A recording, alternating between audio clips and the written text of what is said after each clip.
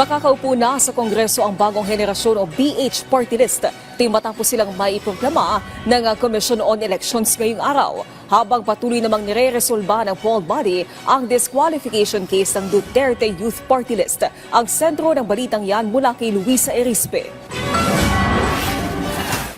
Ipinroklama na ng Commission on Elections ngayong araw ang bagong henerasyon o BH Party List. Ito'y matapos nga katiga ng Anbank kahapon ang desisyon ng dibisyon na nagbabasura sa disqualification case ng grupo. Ang BH Party List ay isa sa party list group na sinuspinde ang proklamasyon kasama ng Duterte Youth Party List. Kinakailangan na mabigay namin sa kanila yung tinatawag na Certificate of Proclamation. Wala na pong period na pinag-uusapan doon dahil executory na kaagad yung aming decision. Isang seat naman ang ibinigay para sa BH Party List dahil base sa canvass at official count nakakuha ng higit 319,000 votes o 0.76% na boto ang grupo. Hindi na naman nagkaroon ng seremonya ang kanilang proklamasyon at kinuha na lang ng grupo ang kanilang Certificate of Proclamation.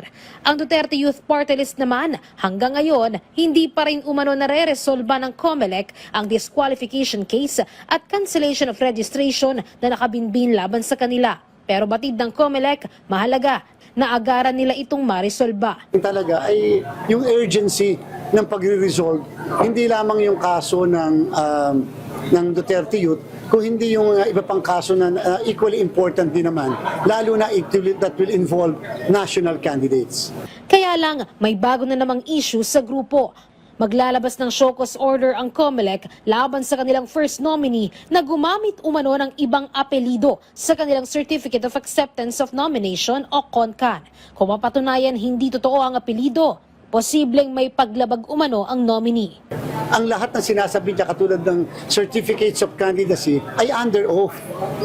Pinanumpaan po yan. And therefore, kapag po kasi hindi ka nagsabi ng totoo, perjury po yan, and at the same time, election offense. Kaya nga po gusto nating alamin din, kaya po ang kumikilos dito ng motu proprio ay ang Law Department ng Komisyon.